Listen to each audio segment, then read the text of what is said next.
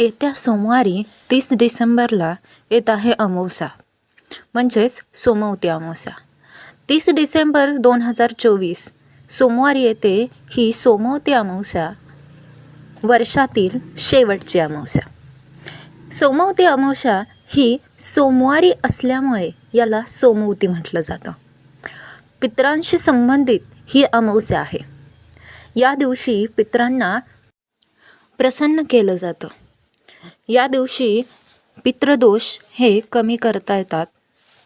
या दिवशी गीतेच्या 7व्या अध्यायाचा सुद्धा पाठ करणं खूपच फलदायी ठरत असतं. बघा, या दिवशी आपल्याला अमावस्या दिवशी तुम्ही ब्रह्ममुहूर्तावर उठून स्नान करणे खूपच शुभ फलदायी मानलं जातं. या वर्षातील शेवटची अमावस्या या दिवशी भगवान शंकरांच्या पूजेला अनन्यसाधारण महत्त्व आहे.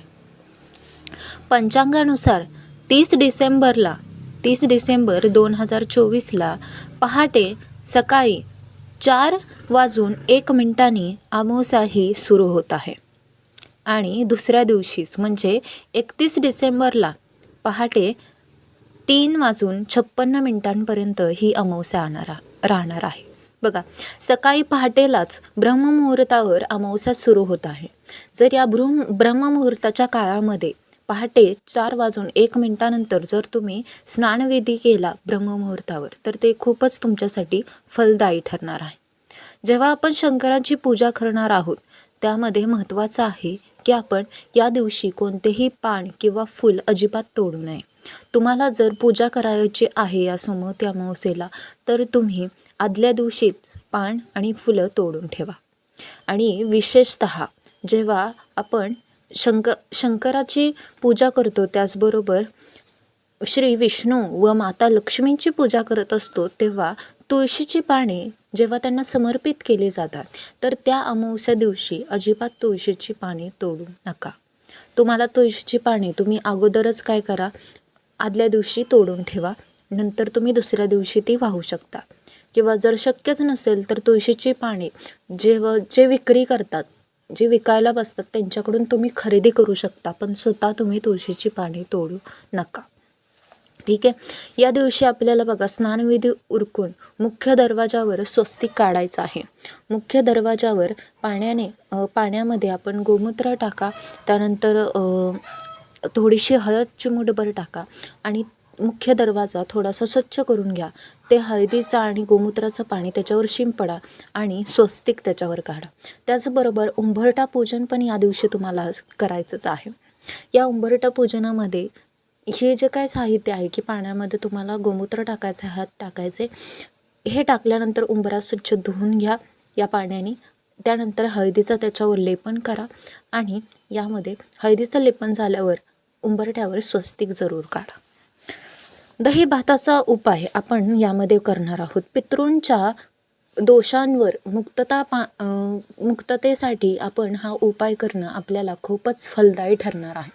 आणि सोमवती अमावस्या किंवा कोणतीही महिन्यातील जेव्हा अमावस्या येत असते किंवा पौर्णिमा येत असते, तेव्हा हा दही भाताचा उपाय खूपच फलदायी तुमच्यासाठी ठरणार आहे. यामुळे काय होत असतं, आपल्या घरातली जी काही नकारात्मकता आहे ती पूर्णपणे निघून जाण्यास आपल्याला मदत होत असते. यासाठी हा उपाय सोमवती अमावस्याला तुम्ही जरूर करा. सोमवती अमावस्या किंवा कोणतीही अमावस्या पौर्णिमा आली त्यानंतर तुम्ही हा उपाय करायचाच आहे. या उपायाचे खूप फायदे, यामुळे पितृदोषाला खूप प्रभाव पडत असतो. त्याचबरोबर आपल्या घरातील नकारात्मकता भरपूर प्रमाणावर दूर होत असते, पूर्णपणे नष्ट होण्यास मदत होत असते आणि सकारात्मक ऊर्जा आपल्या घरामध्ये प्रवेश करत असते. ठीक आहे. तर याच्यामध्ये दही भाताचा उपाय करताना आपल्याला ताजा भात सेपरेट शिजवायचा आहे. याच्यामध्ये रेग्युलरला आपण जो काय भात शिजवतो, खाण्यासाठी वापरतो, त्याच्यातला भात घ्यायचा नाही, तर सेपरेट त्याच्यासाठी थोडा कपभर भात तुम्हाला शिजवायचा आहे. त्यामध्ये मीठ टाकायचं नाही, फक्त आळणी भात तो शिजवून घ्यायचा आहे. आता हा आळणी भात सकाळी तुम्ही संध्याकाळच्या वेळेला, सायंकाळच्या वेळेला जेव्हा तुमचं जेवण वगैरे झालं असेल संध्याकाळनंतर, तेव्हा तुम्हाला हा उपाय करायचा आहे. त्यामध्ये भात शिजल्यानंतर, आळणी भात शिजल्यानंतर तुम्हाला एक पत्रावळी, कागद किंवा द्रोण घ्यायचा आहे. त्याच्यात तो भाताचा एक म्हणजे चमचाभर हिस्सा 2 चमचे हिस्सा तुम्हाला तिथं काढायचा आहे कागदावर किंवा द्रोणावर. हा भात काढल्यानंतर त्या भातावर तुम्हाला 2 चमचे दही घालायचे आहेत.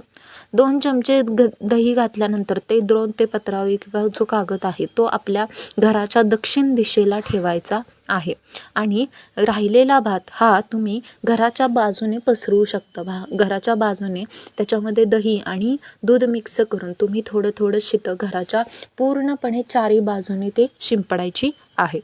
ठीक आहे. यामुळे काय होत असतं, पितृदोष त्याचबरोबर नकारात्मकता किंवा आपल्याला जे काय घराला नजर लागलेली असते ती दूर होण्यास मदत होत असते. हा उपाय करताना आपल्याला कोणीही रोखता किंवा टोकता कामा नये. बघा लहान मुलं वगैरे असतात ते आपल्या आजूबाजूला फिरत असतात किंवा काय चाललं किंवा काय. त्यासाठी काय करायचं, संध्याकाळी बऱ्यापैकी सगळे घरामध्ये असतात. सगळे घरामध्ये असल्यानंतर हा उपाय तुम्हाला करायचा आहे. त्याचबरोबर जर मासिक धर्म असेल किंवा सुतक असेल तर हा उपाय तुम्ही करणार नाही. आता याच्यामध्ये असं नाही की फक्त महिलांनीच हा उपाय केला पाहिजे, तर नाही, घरातल्या कोणत्याही व्यक्तीने हा उपाय केला तरी काही हरकत नाही. पण शक्यतो जेव्हा महिला करतात तेव्हा यांनी काळजी घेतली पाहिजे की त्यांना मासिक धर्म नसावा अमावस्येच्या वेळेला आणि प्लस सुतक पण नसावं. त्यामुळे हा तुम्हाला उपाय करता येणार नाही. या सोमवती अमावस्येला ही तुम्हाला चांगली संधी आहे की तुमच्या घरातली नकारात्मकता जी लागलेली नजर आहे ती दूर होण्यास मदत होईल. व्हिडिओ आवडल्यास व्हिडिओला नक्कीच लाईक करा, जास्तीत जास्त शेअर करा आणि आमच्या चॅनलला सबस्क्राईब करा. धन्यवाद. श्री स्वामी समर्थ.